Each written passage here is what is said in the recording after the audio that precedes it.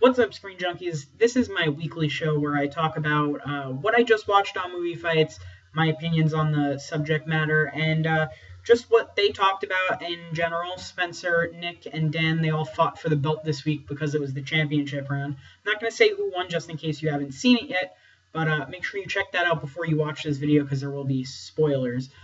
So here are my opinions and thoughts on the choices and everything else that we saw this week. And just so you know, I write down my answers before I watch the episode, so sometimes they line up, sometimes they don't. But yeah, here are my choices. The first question this week was, what Game of Thrones thing deserves a spin-off? I'm not going to lie, I don't watch Game of Thrones. It's on my list. I'm going to probably start watching it over the summer when I actually have time, because I'm busy with school and college stuff, so that's why I don't have an opinion on that. But Nick's answer was pretty funny, so I guess I would watch that. I was actually leaning more towards Dan's response. It just seems the most grounded for someone who hasn't watched the show, and it's easier to hop into than actually learning all the characters, like Spencer said. But with that said, my choice for a franchise that deserves to be R-rated, I was actually with Dan on this one. I said The Hunger Games. Again, I wrote that down before I even watched the episode.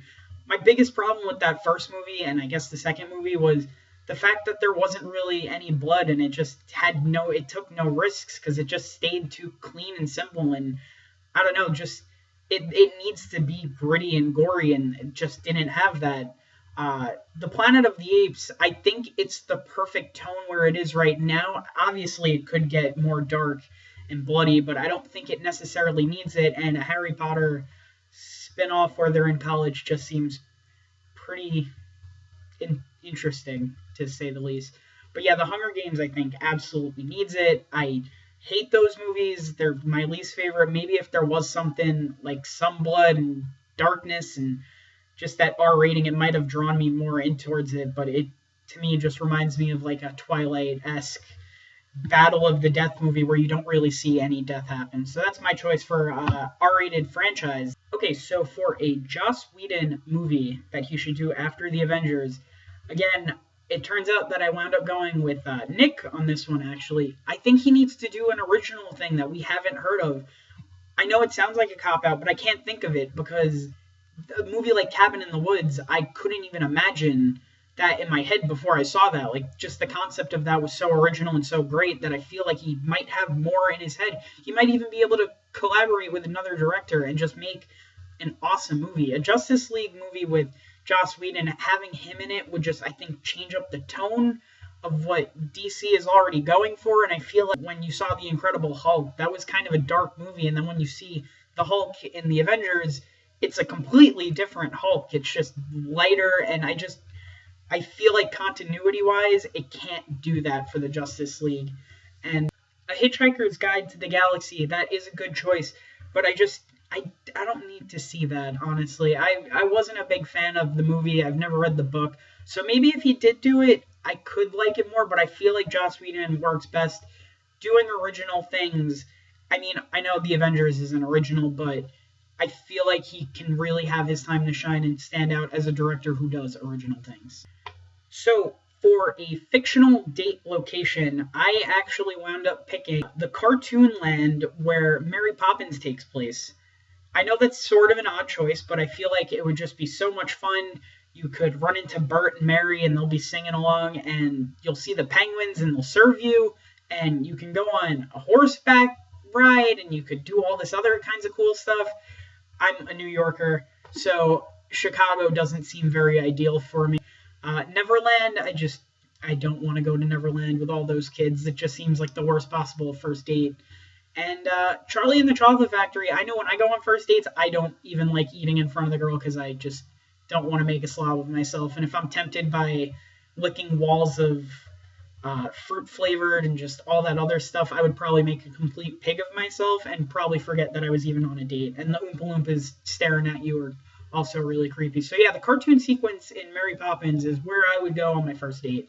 Okay, so for a character that I think deserves a prequel, I'm going to go with Kill Bill needs a prequel. I think it would be the coolest thing to actually see the snake assassins in full force before the events of Kill Bill. I just think that would be the absolute coolest thing to see the black mamba and the California mountain snake and all of them just like together in their prime before all of the events of Kill Bill. And Tarantino just that Kill Bill and Kill Bill 2 are some of my favorite Tarantino movies.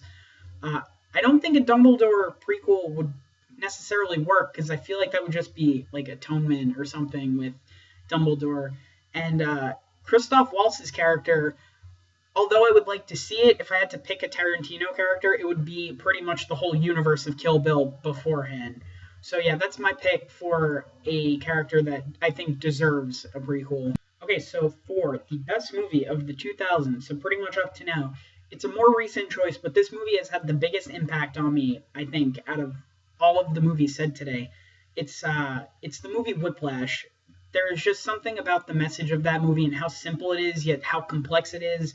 The ending is just so satisfying, and the quote, "There are no two words in the English language more harmful than good job," has like it's just had such a big impact on me over the past few months, and I just feel like it's going to get better from there. I bought this movie immediately on Blu-ray. I bought the soundtrack immediately after I saw it in theaters. I wound up showing like 6 of my friends this all on separate occasions, and the movie has such a good replay value. There Will Be Blood is a great movie, don't get me wrong.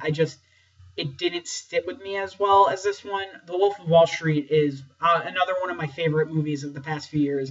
Margot Robbie was actually absolutely beautiful in that movie, and I can't wait to see her play Harley Quinn.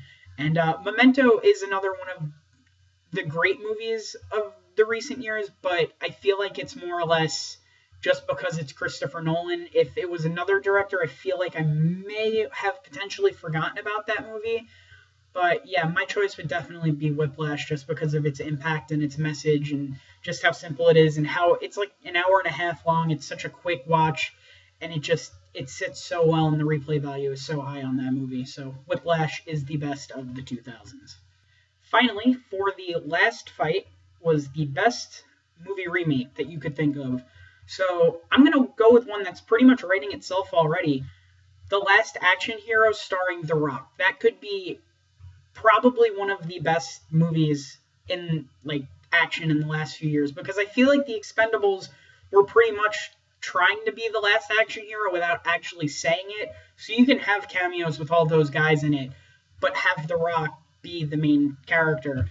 And in my movie, you can actually have Jack Slater make a cameo, which I think would be absolutely awesome. Like in the movies cross universes. I just there's something about that movie, like the magicalness vibe to it that just it sat with me so well as a kid, and I feel like I related most to the kid in the movie because I love watching movies in the movie theater. So that was kind of my escape. So I think The Last Action Hero today would be absolutely incredible. Swingers, I feel like, was perfect for its time. I would love to see a Shining movie done to Stephen King standards. So with Dan, I'm with that one. And Lethal Weapon with gay cops just seems like a gimmick. It's not its own thing. It doesn't have to be Lethal Weapon. It could be its own thing completely. But yeah, for the perfect remake, I just think The Last Action Hero starring The Rock, because honestly, he's like the only action hero we have today. So that is my pick for perfect movie remake. So those are my choices for this week's movie fights.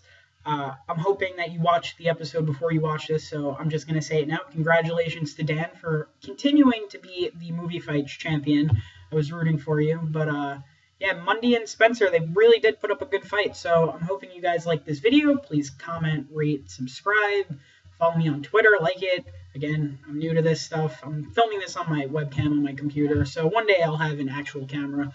But yeah, I hope you guys liked this, liked my opinions. Maybe feel free to tell me what you thought. And as always, have a great week.